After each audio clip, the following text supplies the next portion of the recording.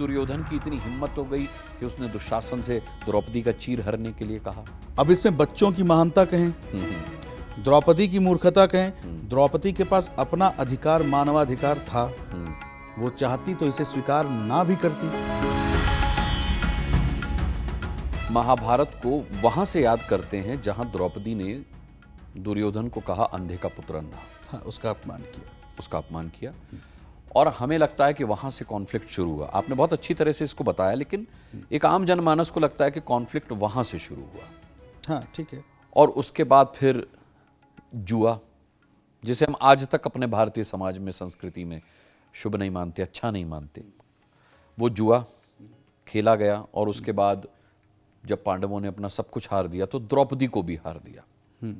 तो प्रश्न ये उठता है कि क्या इससे ये संकेत मिलता है कि पांडवों ने या उस काल में पुरुषों ने महिला को, औरत को उपभोग की वस्तु समझा, एक वस्तु समझा कि उसे आप जुए में हार जाएं?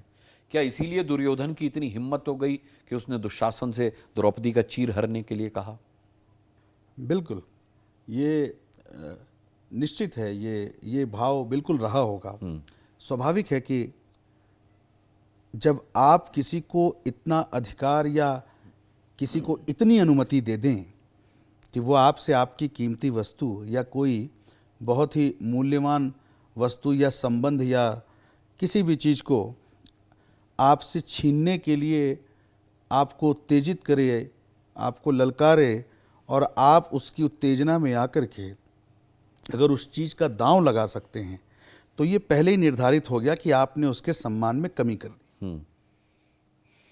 द्रौपदी का अपमान तो उसी समय हो गया जब इन्होंने दुर्योधन के दांव को स्वीकार किया। अधिकार इनका था नहीं, आधिपत्य हो नहीं सकता था। पर चूंकि कूटनीतिक तरीके से बड़े ही चतुराई से दुर्योधन और उसके मामा शकुनी ने इस चाल को चला, जब पांडवों ने, या युधिष्ठिर ने कह लिया जाए, युधिष्ठिर की अनुमति से जब पांडवों ने इसे स्वीकार किया तो पहला अपमान और पहली हार तो वहीं हो गई थी। ये एक दूसरा विषय है कि उसके पीछे एक रहस्य रहा इस पूरे प्रकरण का। पर आपके प्रश्न का उत्तर यही है कि उन्होंने उसको ये अनुमति दी तो दुर्योधन ने अपने अनुमति की एक सीमा और लांघी और उसने दुशासन के माध्यम से द्रौपदी को अपने तक खिंचवाना, उसका चीरहरण करना, और ये यहाँ तक उसने कोशिश की।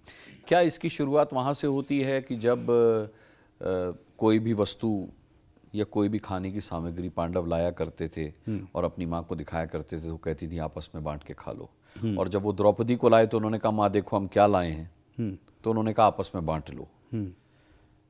तो क्या आप आज के अगर परिप्रेक्ष्य में इसे देखते हैं तो क्या उससे कोई संदेश लिया जा सकता है, प्रेरणा ली जा सकती है?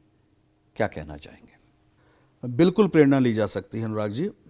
देखिए, चाहे आज का युग हो चाहे पीछे के कभी का युग हो, समाज में अगर कोई भी एग्जाम्पल सेट हुए हैं तो उन्हीं चीज़ों के एग्जाम्पल सेट हुए हैं जिस विधा में किसी ने पराकाष्ठा पार की हो। भीष्म ने अपने प्रतिज्ञा की पराकाष्ठा दिखाई, पांडवों ने आज्ञाकारी होने का अपनी पराकाष्ठा दिखाई, चाहे गुरु के प्रति, चाहे माता के प्रति, चाहे धर्म के प्रति, चाहे अपने देश के प्रति, और विवाह के बाद अपनी पत्नी के प्रति भी उन्होंने अपने संबंध को निभाया।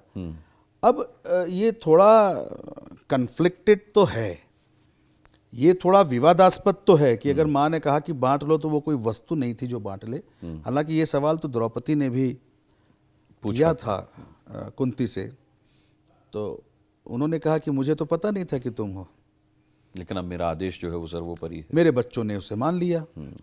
अब इसमें बच्चों की महानता कहें, द्रौपदी की मूर्खता कहें, द्रौपदी के पास अपना अधिकार, मानवाधिकार था।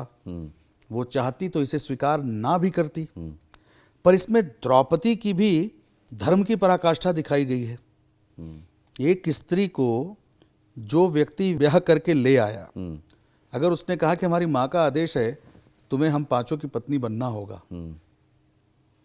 तो उसने उस एक पति की आज्ञा से 5 पति धारण कर लिए। तो इसमें द्रौपदी की भी धर्म के पालन की पराकाष्ठा दिखाई पड़ती है। द्रौपदी की धर्म के पालन के प्रति पराकाष्ठा, लेकिन फिर धर्मराज युधिष्ठिर की धर्म के प्रति पराकाष्ठा कहाँ गई? यहाँ पे धर्मराज युधिष्ठिर का दायित्व नहीं था। यहाँ पर वो किसी चीज के उत्तरदायित्व नहीं थे, न माता के प्रति, न द्रौपदी के प्रति, न अर्जुन के प्रति। युधिष्ठिर, भीम, नकुल, सहदेव को तो ये प्रस्ताव दे दिया गया कि माता का आज्ञा है, माता ने ऐसा कहा है और ऐसा करना है, तो उन्हें स्वीकारना पड़ा माता की आज्ञा समझ के। वो उत्तरदायी नहीं थे, इसलिए मेरी समझ में वो दोषी नहीं है, मेरी समझ में। जी।